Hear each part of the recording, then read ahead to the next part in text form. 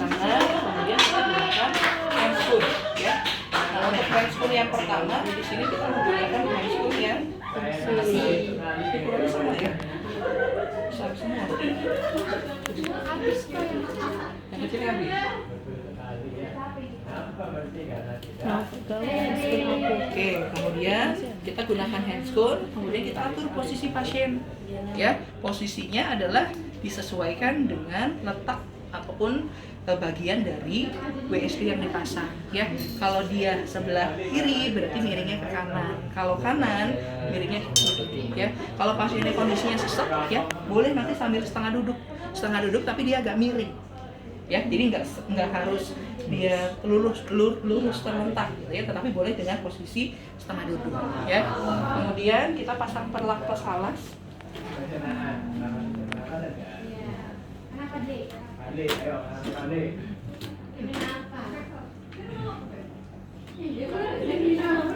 Nah, ini kita letakkan di sini ya, pasang perlak plus alasnya. Kemudian kita dekatkan bengkok ya. Nah, kita dekatkan bengkok. Kalau bengkoknya ada dua ya boleh dua ya, satu untuk alat, satu untuk bahan. Tapi kalaupun misalkan bengkoknya hanya satu ya sudah, satu saja nggak apa-apa ya. Kemudian kita buka bagian instrumennya ya.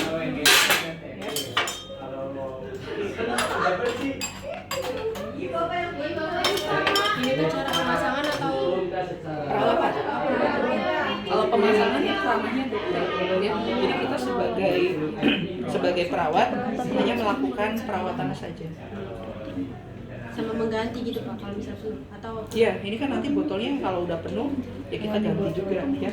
Ataupun nanti kita buang untuk cairannya. Keadaannya udah kayak gitu gitu.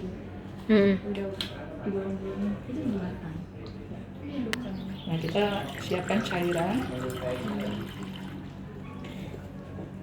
Kemudian ya, pada saat nanti kita akan melakukan perawatan, yang pertama kita harus lakukan adalah kita pasang ya untuk atau cek dulu ya untuk cairannya warnanya apa ya, kemudian berapa banyak jumlah cairan yang dikeluarkan ya, itu nanti kita cek ya. Kemudian dilihat ya apakah nanti perlu dilakukan penggantian botol atau tidak. Kalau misalkan dirasa sudah penuh, oh ya sudah boleh diganti. Ataupun kalau misalkan masih sedikit, oh ya sudah nggak perlu ya. Kita fokusnya untuk ke perawatan saja. Nah, kemudian ya kita sudah atur posisinya. Pertama kita lakukan dulu untuk cek undulasi ya. Bagaimana cara mengecek undulasinya? Tadi ya, minta pasien untuk tarik nafas sebanyak 5 kali. ya, tarik nafas. Nah, ini kan aslinya kalau ada cairannya, begitu dia tarik nafas, pasti cairan itu akan naik. Ya. Kemudian hembuskan, masuk lagi. Naik lagi. Pokoknya dilakukan selama 5 kali secara berulang-ulang untuk mengecek ya. Apakah nanti ada gangguan atau tidak. Kemudian kita cek juga kepatenan dari selangnya. Khawatir misalkan ada kebocoran, ada rembes gitu ya, atau nanti ada selangnya itu terlipat ataupun tertekuk ya. Kemudian ketika sudah ya kita ambil ini ya, ya. Kemudian kita lakukan pengekleman. Nah, untuk pengekleman dilakukan kurang lebih sekitar 10 cm dari lokasi selangnya ya. Kemudian setelah dilakukan klem ya, kita tinggal siapkan ambil ini apa namanya, Pinset chirurgis ya. Nah, kalau misalkan ada alkohol swab ya, ini kan nempel nih ya, boleh kita nanti ambil alkohol swab. Kalaupun nggak ada, ya boleh pakai kasa yang dioleskan dengan menggunakan kapas alkohol gitu ya.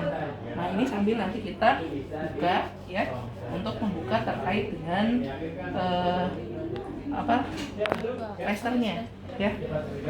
Nah, ini kita buka.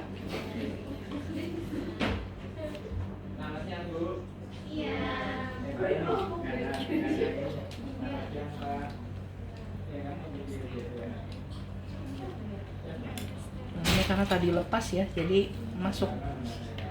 Nah, ini nanti dibuat kasanya ya, kita gunting jadi 2 ya. Nah, kemudian ya kita cek kaji ya, khawatir nanti ada kerembesan ya. Kemudian cek juga terkait dengan jahitannya, khawatirnya nanti kepatenannya dia tidak maksimal, ya khawatir nanti dia lepas gitu ya. Nah nanti kalau sudah ya dicek oke gitu ya, baik, baru nanti kita ganti menggunakan sarung tangan Steril. ya. Nah ini kita lepas ya, kemudian kita ganti dengan menggunakan sarung tangan yang steril Cuci tangan lagi berarti? ya. Ya cuci tangan lagi ya.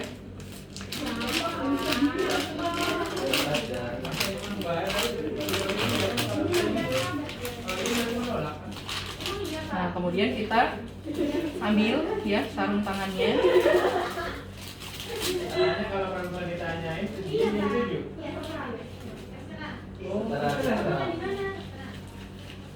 Berarti ngomong kan iya.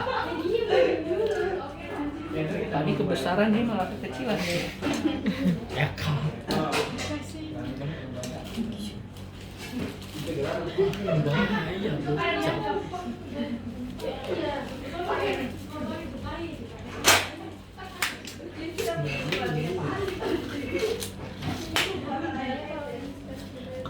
Nah ini ya, kemudian kita sudah ganti menggunakan sarung tangan yang steril. Nah awas kalau sudah pakai sarung tangan steril jangan suka latah ya. Kadang-kadang mahasiswa ketika ujian ya, kadang suka lupa udah pakai sarung tangan steril tinggal megang gitu ya, oh ini ketinggalan gitu ya. Jadi sudah ya, tinggal kita siapkan. Nah ini langsung ya, kemudian kita siapkan cairannya ya, kemudian kita basahi. Nah berapa banyak tergantung kebutuhan ya, nanti disesuaikan dengan kebersihan daripada nanti itunya ya, apa namanya, selang WSD-nya. Nah ini kita siapkan dulu. Ini kemasangannya ada yang pakai pincet, ada yang enggak ya. Jadi kalau yang pakai pincet, ya berarti dengan daunnya. Kemudian kita siapkan. Nah ini kita 3 cukup ya. Bukan. Nah yang pertama nanti kita oles ya, bersihkan di sekitar luka ya, memutar ya. Kemudian kita bersihkan lagi dengan gerakan memutar ya. Nah ini kan aslinya nggak ada ya, selangnya hanya satu ya, diputar. Kemudian kita bersihkan juga pada area selang. Nah ini ya, kurang lebih sekitar 10 cm ya. Jadi sekitar selangnya ini juga kita bersihkan. Nah kemudian setelah dibersihkan ya, kita keringkan. Nah ini kita keringkan. Oh, berarti pasiennya selama di pasang itu tidurnya tetap Dengan posisi tadi ya, boleh terlentang, kalau nggak sesek miring gitu ya, sim, atau dengan setengah duduk tapi dia miring gitu. Nah kemudian kalau sudah ya, kita siapkan untuk penutupnya. Nah nanti aslinya kalau di rumah sakit ya, ini sudah tersedia kasa 4 sisi. Jadi ini yang sudah terpotong ya, digunting. Posisinya di apain kepalanya? Ekspresikan. Kan sambil kita ini ada sensor. Nah, baru nanti kita lakukan pemasangan. Nah untuk pemasangannya ya, ini kering ya. Kemudian kita pasang. Nah ini sudah di on kan ya. Kemudian kita ambil lagi. Nah, kalau tadi dari bawah, sekarang dari atasnya.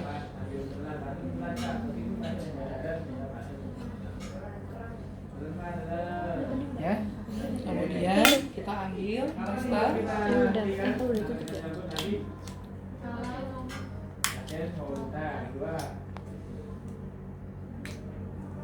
Nah, kita tutup keseluruhan 4 sisinya.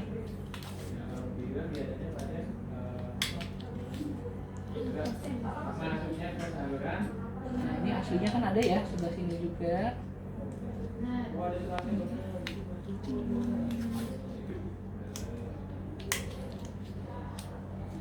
Ya, sampai ke atas. setelah itu yang pertama kita cek apa dulu?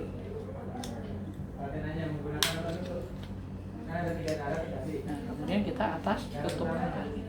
Nah, jadi tempat sisi itu aslinya dia tertutup, ya, dan meminimalisir terjadinya adanya patogen yang masuk. Ya, khawatirkan nanti masuk malah langsung masuk ke dalam paru-paru. Ya. Nah, kemudian kalau sudah, ya, cek kembali, ya, selangnya, ya, apakah ada kebocoran atau tidak. Kalau tadi, misalkan kok selangnya penuh nih, ya, maka kalau ada gantinya, boleh nanti kita ganti dengan menggunakan selang yang baru. Tapi kalau dirasa, oh ini mah masih sedikit, masih 200 mili, ya sudah nggak perlu diganti, ya. Jadi nanti kalau ujian tergantung kasus. Kalau di sana sudah menunjukkan 1000, 2000, ya, maka itu kan sudah dipastikan sudah penuh, maka harus diganti. Tapi kalau cairannya masih sedikit ya nggak perlu diganti, ya. Oke, kemudian kita cek kembali kepatenan selangnya, ya, apakah nanti ada yang terlilit atau tidak, gitu ya. Nah, nanti kalau sudah, ini kita lepas, ya. Nah, kalau sudah dilepas, minta pasien kembali lagi untuk menarik nafas, ya. Khawatirnya nanti selangnya, ya, pada saat tadi perawatan misalkan lepas, gitu ya. Nah, sambil dicek, Pak, coba tarik nafas lagi. Nah, tarik nafas pasti dia kan terjadi, apakah nanti ada ondulasi atau tidak, ya. Nah, kalau sudah selesai, ya, kita atur kembali posisinya, ya, kita rapikan alatnya, kemudian kita posisikan kembali pasien ke posisi yang semula. Nah, kemudian kita tanyakan ke pasien, ya, bagaimana perasaannya setelah dilakukan tindakan. Jangan lupa kita lepaskan scoop, ya, kemudian cuci tangan, ya, kemudian baru nanti tinggal lakukan dokumentasi. Saya rasa mudah, ya. Prinsipnya sama seperti perawatan luka steril, ya. Hanya saja bedanya tadi sebelum dilakukan perawatan harus dilem dulu, ya, kemudian cek